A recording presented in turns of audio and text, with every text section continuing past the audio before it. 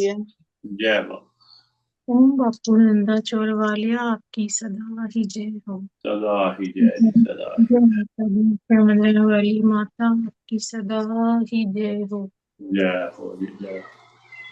जैसा कि आज नवरात्रों का चौथा दिन है और चौथे दिन माँ कुष्मांडा की जो है पूजा की जाती है, देवी कुष्मांडा जी की। जी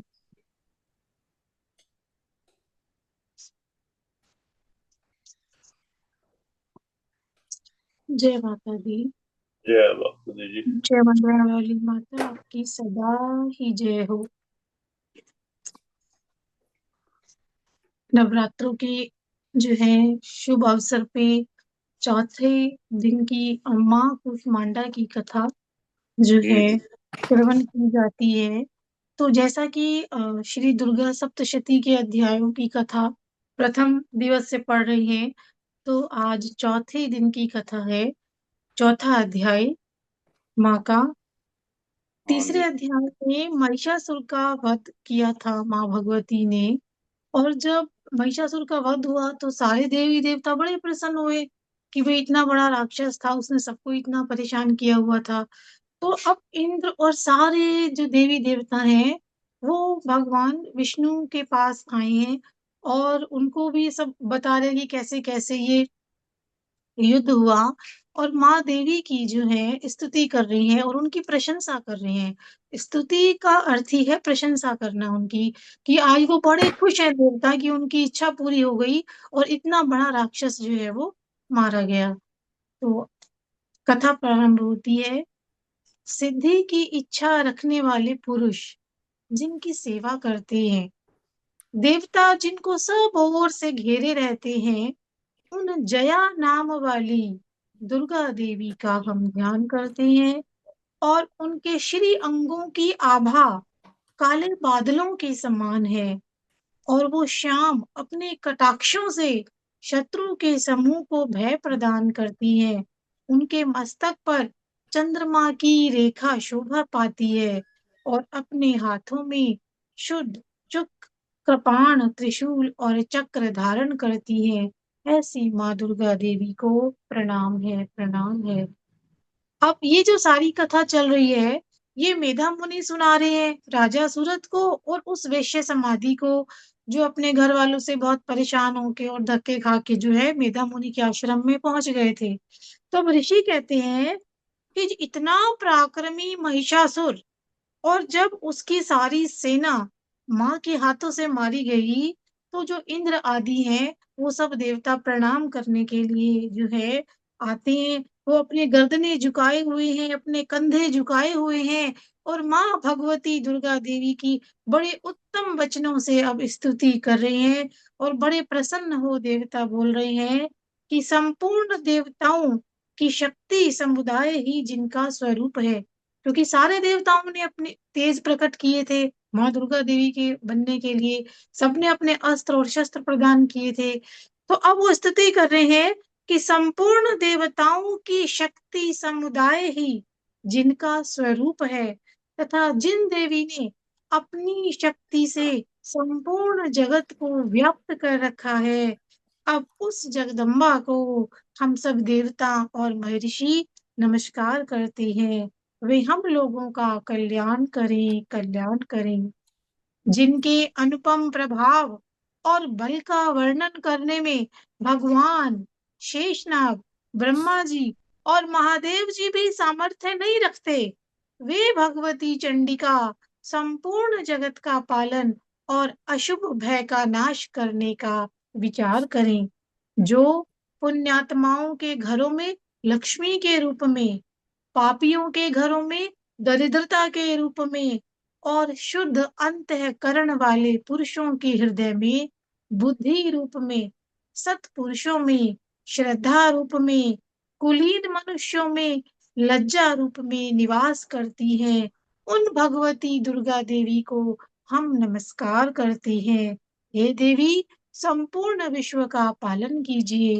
हे देवी, आपके अचिंत्य रूप का, असुरों का नाश करने वाले भारी पराक्रम का और समस्त देवताओं दैत्यों के समक्ष युद्ध में प्रकट किए हुए आपके अद्भुत चरित्र का हम किस प्रकार वर्णन करें। ये सब देवता स्तुति कर रहे हैं माँ की कि आप संपूर्ण जगत की उत्पत्ति में कारण हैं। आप सत्य रज तम तीनों गुणों से व्याप्त हैं, तो भी दोषों के साथ आपका संसर्ग नहीं जान पड़ता। भगवान विष्णु और महादेव जी भी आपका पार नहीं पाते। आप ही सबका आश्रय हैं। ये समस्त जगत माँ आपका अंशभूत है, क्योंकि आप सबकी आदिभूत अव्याकृत परा प्रकृति हैं। देवी, संपूर्ण यज्ञों में जिसके उच्चारण से सारे देवता तृप्ति लाभ करते हैं, वो स्वाहा आप ही हैं। आप पितरों की तृप्ति का भी कारण हैं, इसीलिए आपको सब लोग स्वधा भी कहते हैं। हे देवी, जो मोक्ष की प्राप्ति का साधन है, वो भी आप ही हैं। सारे दोषों से रहित जितेंद्रिय तत्व को ही सार वस्तु मानने वाले और मोक्ष की अभिलाषा रखने वाले मुनिजन जिनका अभ्यास करते हैं, वो पराविद्या भी देवी आप ही हैं। आप शब्द स्वरूपा हैं। ऋग्वेद, यजुर्वेद, सामवेद का आधार आप ही तो हैं। इस विश्व की उत्पत्ति, इसको पालन करने के लिए आप ही खेती हैं। आप ही आजीविका के रूप में प्रकट हुई हैं। आप सारे जगत की घोर पीड़ा का नाश करने वाली हैं माँ। हे देवी, जिससे समस्त शास्त्रों के सार का ज्ञान होता है, वो मेधा शक्ति आप ही हैं। दुर्गम भव सागर से पार उतारने वाली नौका रूपी दुर्गा देवी आप ही हैं। आपकी कहीं भी आसक्ति नहीं है। कैटभ के शत्रु भगवान विष्णु के वक्ष स्थल में एकमात्र निवास करने वाली भगवती लक्ष्मी, भगवान चंद्रशेखर द्वारा सम्मानित गौरी आप ही हैं। आपका मुख आपकी मंद मुस्कान से शोभित है। निर्मल, पूर्ण चंद्रमा के समान बिंब का अनुसरण करने वाला उत्तम स्वर्ण की मनोहर कांति से कमनीय है। तो भी महिषासुर को देखकर क्रोध हुआ, उसने आप पर प्रहार किया। ये बड़ी आश्चर्य की बात है माँ। हे देवी, वही मुख क्रोध से युक्त होने पर उदय काल के चंद्रमा की तरह लाल, तीनों बोहों के कारण विकराल हुआ। उसे देखकर महिषासुर के प्राण तुरंत क्यों नहीं निकल गए? ये तो उससे भी ज्यादा मां आश्चर्य की बात है, क्योंकि क्रोध में भरे हुए यमराज को देखकर क्या कोई जीवित रह सकता है? हे देवी, आप प्रसन्न हैं। आपके प्रसन्न होने पर जगत का अभ्युदय होता है। क्रोध में आने पर आप कितने कुलों का सर्वनाश कर देती हैं। जैसे महिषासुर की सेना क्षण भर में आपके कोप से नष्ट हो गई है। हे देवी, आप जिन पर प्रसन्न रहती हैं, वे ही तो देश में सम्मानित हैं। उन्हीं को धन और यश की प्राप्ति होती है। उन्हीं का धर्म कभी शिथिल नहीं होता। वे ही अपने हष्ट पुष्ट स्त्री पुरुष और भाइयों के साथ धन्य माने जाते हैं। हे देवी, आपकी कृपा से पुण्यात्मा पुरुष प्रतिदिन अत्यंत श्रद्धा पूर्वक सब प्रकार से धर्मानुकूल कर्म करते हैं और फिर उसके प्रभाव से स्वर्ग लोक में जाते हैं।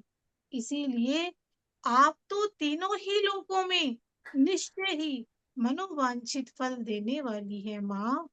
हे माँ, आप सिमरन करने पर सब प्राणियों के भय को हर लेती हैं।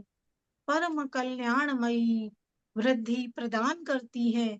दुख, दरिद्रता, भय हरने वाली देवी आपके सिवा दूसरी कौन है? जिसका चित्त, ऐसी माँ आप जिनका चित्त सबका उपचार करने के लिए हमेशा दया भाव में रहता है। हे देवी, इन राक्षसों को मारने से संसार को सुख मिले। ये राक्षस चिरकाल तक नरक में रहने के लिए भले ही पाप करते रहे, इस समय संग्राम में मृत्यु को प्राप्त होकर स्वर्गलोक में जाएं। निश्चय ही ये सोचकर आप शत्रुओं का वध करती हैं माँ। आप शत्रुओं पर शस्त्रों का प्रहार क्यों करती हैं? समस्त असुरों को अपने दृष्टिपात से ही भस्म क्यों नहीं कर देती? एक रहस्य है कि ये शत्रु भी हमारे शस्त्रों से पवित्र होकर उत्तम लोकों में जाएं, और उनके प्रति भी आपका विचार बड़ा उत्तम है। तो ये स्तुति, ये प्रशंसा माँ की देवता कर रहे हैं कि हे देवी, आपके खड्ग के तेज पुंज की चमक से, आपके त्रिशूल की प्रभा से चौंधियाकर ये जो असुर हैं, इनकी आंखें फूट क्यों नहीं गई? क्या उसमें कारण यही था कि मनोहर रश्मियों से युक्त चंद्रमा के समान आनंद प्रदान करने वाले आपके सुंदर मुख का वो दर्शन करते हैं? उन्होंने दर्शन कर लिया, इसीलिए उनकी आंखें नहीं फूटी, उनको तब भी पुण्य मिला। हे देवी, आपका शील, बल, पराक्रम उन दैत्यों को भी नष्ट करने वाला है, जो कभी देवताओं के पराक्रम को नष्ट कर चुके थे। आपने अपने शत्रुओं पर भी दया प्रकट की है माँ। हे देवी, हृदय में कृपा और युद्ध में निष्ठुरता, दोनों बातें तीनों लोकों के भीतर माँ केवल आप में ही है। आपने शत्रुओं का नाश करके समस्त त्रिलोकी की रक्षा की है। उन्हें स्वर्गलोक में पहुंचाकर हमारे भय को दूर कर दिया है। आपको हमारा नमस्कार है, नमस्कार है। हे देवी माँ, शूल से, खड्ग से, घंटा की ध्वनि से, धनुष की टंकार से भी आप हम लोगों की रक्षा करें। हे माँ चंडी, अपने त्रिशूल को घुमाकर चारों दिशाओं में हमारी रक्षा करें। हे देवी, इस भूलोक की रक्षा करो। हे देवी अम्बा, आपके अस्त्र शस्त्र हमारी रक्षा करें। अब मेधा मुनि कहते हैं कि देवताओं ने जब माँ दुर्गा देवी की ऐसी स्तुति की, इतनी सुंदर प्रशंसा की, फूलों से, गंध चंदन से माँ का पूजन किया, तो देवी ने प्रसन्न होकर देवताओं से वर मांगने को कहा। देवता बोले, आपकी कृपा से तो माँ हमारी सारी इच्छा पूरी हुई है। फिर देवता कहते हैं कि माँ, फिर अगर आप तब भी हमें वर देना चाहती हैं, तो ये वर दो कि जब जब हम आपको याद करें, आपका सिमरण करें, आप हमें दर्शन दें, आप हमारे संकट दूर करें, और जो मनुष्य माँ की स्तुति करे, माँ दुर्गा देवी की स्तुति करे, माँ आपकी स्तुति करे, उस भक्त की इच्छाएं पूरी करें।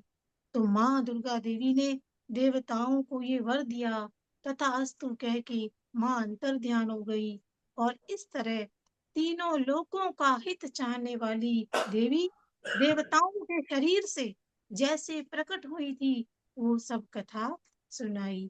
अथ चौथा अध्याय समाप्त। जय माता दी, जय माता दी, जय माता। बहुत सुंदर। वाह, थैंक यू दीदी, धन्यवाद आपका।